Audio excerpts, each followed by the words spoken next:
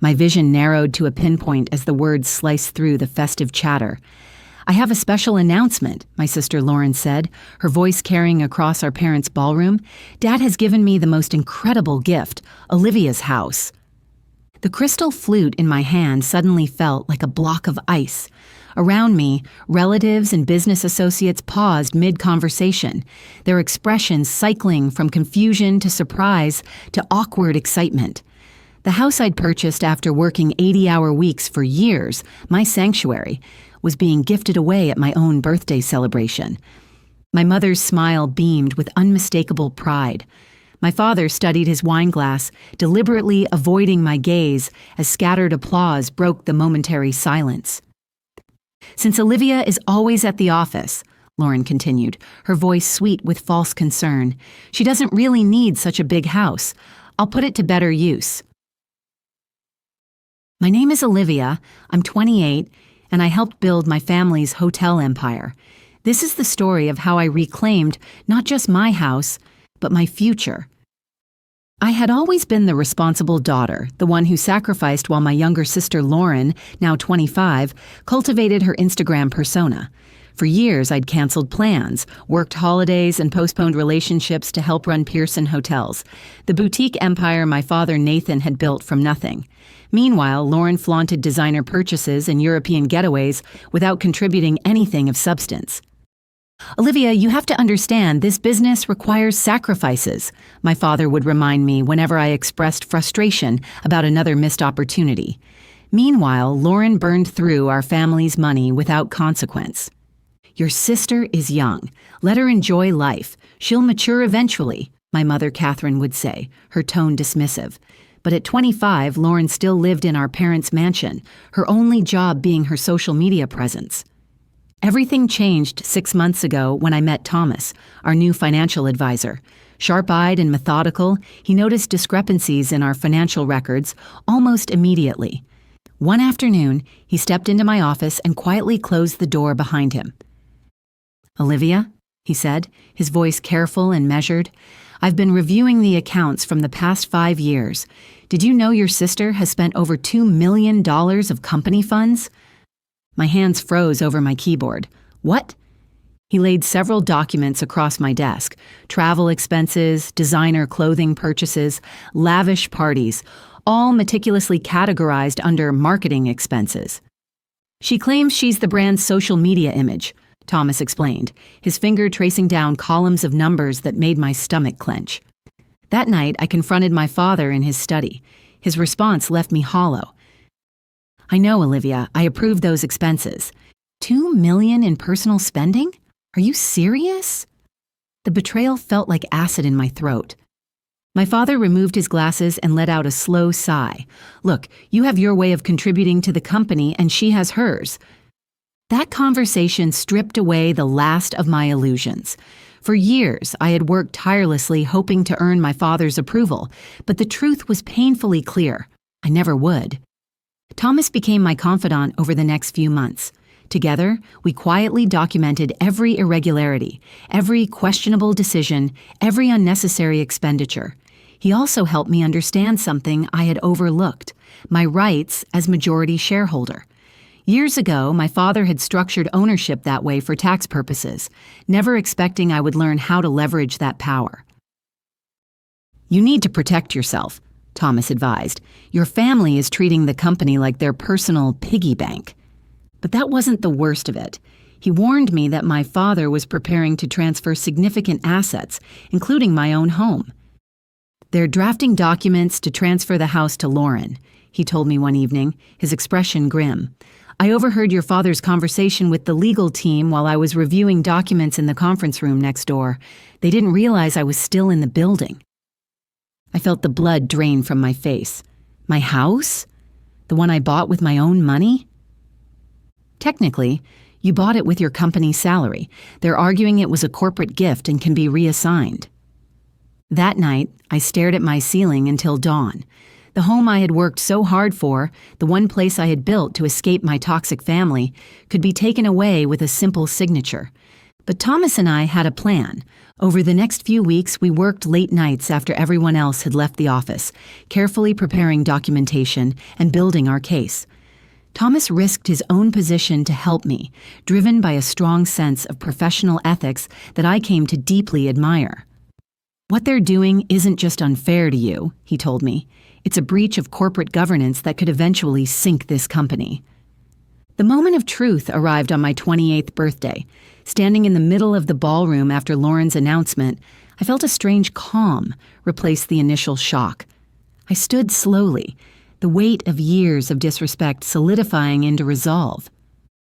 "You're right, Lauren. I am too busy at the office." I reached into my handbag and pulled out a leather folder. "And since we're making announcements, I have one of my own." The room fell silent as I opened the folder. All eyes locked on me. Lauren was still smiling, completely unaware of what was coming. To her, this was just another corporate formality, something routine, insignificant. "As CEO and majority shareholder of Pearson Hotels," I said, my voice firm and professional, "I have a few important updates." I paused, making eye contact with several board members present. "First, effective immediately, all personal expenses will require board approval, not just the president's signature." Lauren's smile wavered. My father straightened in his chair.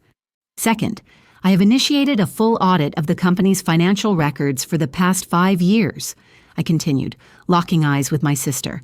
"That includes all marketing expenditures related to social media." "Olivia," my father interrupted, his voice tense, "this isn't the time or place." "Isn't it?" I shot back. "Didn't you just use my birthday party to announce that you were giving my house to Lauren?" I turned to the guests, our extended family, business partners, and board members. A house I bought with my own salary after years of hard work. From across the room, Thomas stood up and handed out folders to the board members present. "Inside these folders, you'll find evidence of corporate fund misappropriation totaling more than $2 million, I announced. Murmurs rippled through the crowd as I continued. Personal expenses disguised as marketing costs, luxury vacations falsely reported as business trips, designer shopping sprees categorized as market research. Lauren turned pale. "This is ridiculous," she sputtered. "Dad approved all of those expenses. I am the brand's image." "The brand's image?" I echoed, pressing a button on the room's presentation screen. "So let's take a look. Parties in Ibiza, marketing for family-friendly hotels, designer handbags, market research." My mother shot to her feet, her face flushed with anger. "Olivia, how dare you humiliate your sister like this?" I met her gaze, unflinching. "Humiliate her? The way you tried to humiliate me by taking my house on my own birthday?" My father stepped in, trying to regain control. "This is a family matter," he said, his voice edged with authority. "I ask all non-family members to leave." "I'm afraid that's not possible," Thomas interrupted, now fully in his role as our financial advisor. "Since this involves potential corporate fraud, the board members have both the right and the obligation to be present." The next few minutes dissolved into chaos. Lauren was crying, insisting it was all a misunderstanding. My mother was shouting about family loyalty. My father was desperately trying to calm the board members who were flipping through documents with increasing concern. When the noise finally subsided, I cleared my throat. "There's more." I reached into my folder and pulled out another set of documents. As CEO and majority shareholder, I have made some executive decisions. First, the transfer of my house to Lauren has been blocked. In fact, I have filed a legal injunction preventing any corporate property transfers without full board approval. "You can't do this," he snapped. "Actually, I can," I said calmly. "I am the majority shareholder, remember? You structured it that way years ago for tax benefits." His jaw tightened. "That was just a technicality," he muttered. "I was supposed to retain actual control." A tense silence filled the room. Several board members shook their heads, scribbling notes. "Thank you for clarifying that, Dad," I said smoothly. "Anyone else care to admit to corporate manipulation?" Lauren lunged toward me, her face twisted with rage. Thomas stepped between us. Careful, he warned. Attacking a corporate executive during an official meeting carries serious legal consequences. Lauren froze, her fists clenched. You're just jealous, she spat. You've always been jealous of me. I let out a short, humorless laugh. Jealous of what? That you've never worked a single day in your life? That you've wasted millions on parties while I built this company from the ground up? Enough. My father slammed his hand against the table. Olivia, if you continue down this path, you will destroy this family. I met his gaze, unwavering. No, Dad, you destroyed this family when you decided that hard work meant nothing, that responsibility was a joke, and that my dedication was worth less than Lauren's selfies. My father stepped closer, lowering his voice. We can fix this privately. There's no need for the entire board to... I raised my voice deliberately. Oh, now you want privacy? After humiliating me in front of everyone? No, Dad, this gets settled here and now. I stood before the board of directors, my posture straight, my expression unwavering. The weight of years of hard work, sacrifice, and betrayal pressed down on me, but I refused to let it show. This was my moment, the moment to reclaim what was mine, to set things right. As CEO, I am proposing the following immediate measures, I announced. First, all personal expense accounts will be frozen until further notice. Second, an external audit will be conducted on all financial transactions to ensure full transparency. And third, the executive leadership team will undergo a complete restructuring to align with the company's best interests moving forward. The room fell into stunned silence, the tension palpable.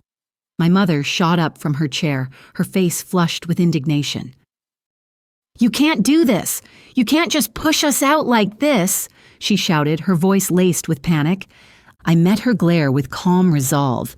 I'm not pushing anyone out, I replied, my voice steady but firm. I am professionalizing the company I helped build, the company I sacrificed for while the rest of you treated it like a bottomless bank account. I turned to the board members, each watching intently, some nodding in agreement. Who seconds the motion? For a moment there was hesitation, then one by one, hands began to rise around the table. First one, then another, then several more until the decision was clear. Across from me, my father slumped slightly in his chair, his once commanding presence diminished. He looked exhausted, like the weight of his choices had finally caught up to him. Lauren, who had been unusually quiet, suddenly switched tactics. She leaned forward, her expression softening, her voice taking on a pleading tone. Olivia, please, she murmured, her eyes glistening with unshed tears. We're sisters. We're family. How can you do this to us? For the first time that night, my voice wavered. I swallowed hard, forcing myself to keep my composure, but the words struck something deep within me. Family? I echoed, almost in disbelief, my hands clenched at my sides. When I spoke again, my voice carried the weight of years of silent resentment. Where was family when I was working weekends while you were out drinking and dancing?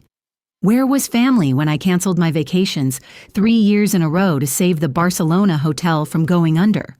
Where was family when you all decided that my house, the house I paid for with my own money, the home I built for myself, was just another asset to be gifted away? The silence was deafening. Thomas stepped forward then, placing another thick stack of documents on the table. His expression was unreadable, but his posture exuded quiet authority. There's something else we need to discuss, he said. The personal accounts.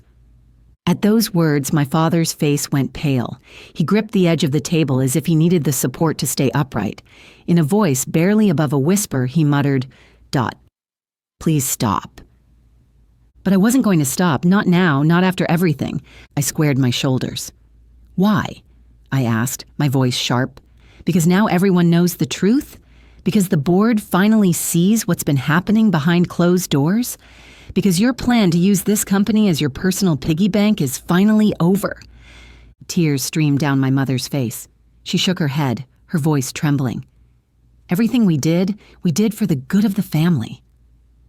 I let out a quiet, humorless laugh. No, I said, shaking my head. You did it for yourselves.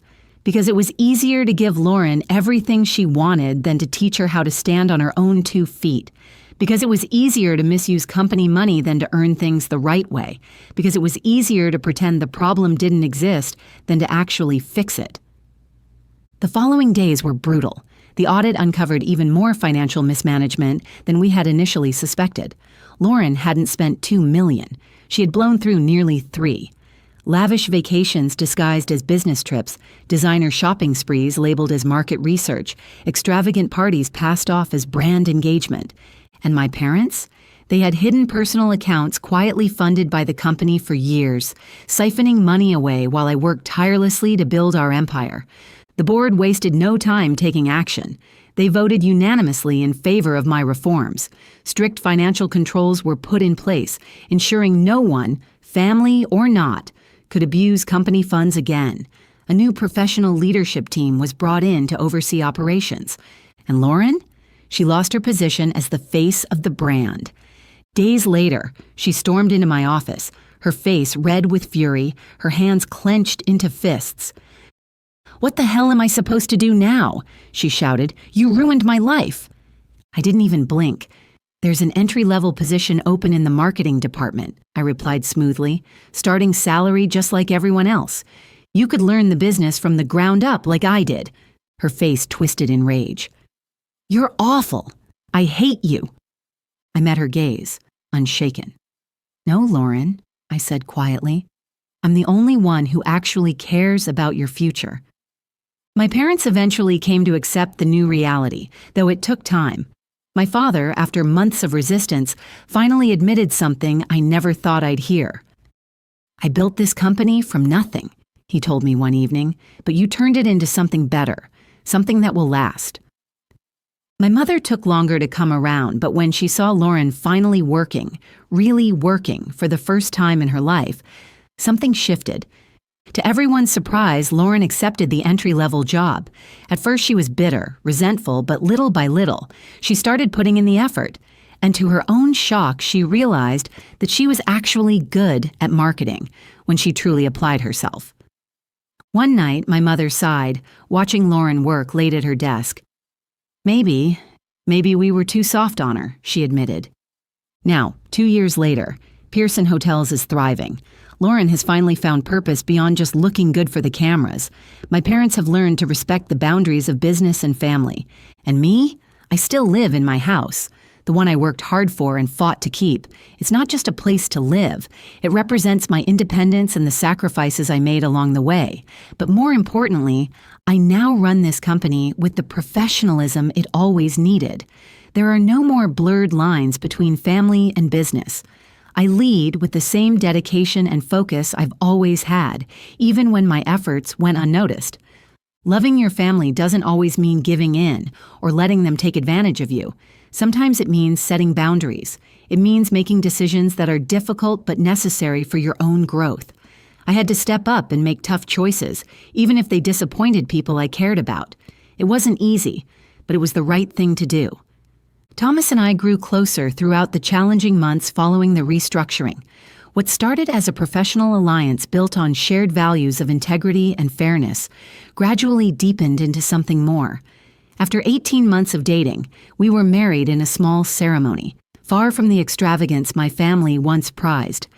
Now my husband Thomas has been a constant support through all of this. He wasn't just my financial advisor. He became someone I could rely on completely. From the moment we started working together, he understood the situation better than anyone. The trust and respect we've built between us made all the difference. One piece of advice Thomas gave me, something that stayed with me throughout everything, was, sometimes you have to shake the family tree so the rotten apples fall and the strong ones finally have room to grow. At first, it didn't fully click, but now, as I see how things have turned out, I realize how much that advice shaped my decisions. Letting go of the things that weren't serving me, whether family dynamics or toxic behaviors, opened the door for something better. The business is in a better place, and so am I. I don't regret any of it. What matters now is that I'm in control, and I've built something I'm truly proud of.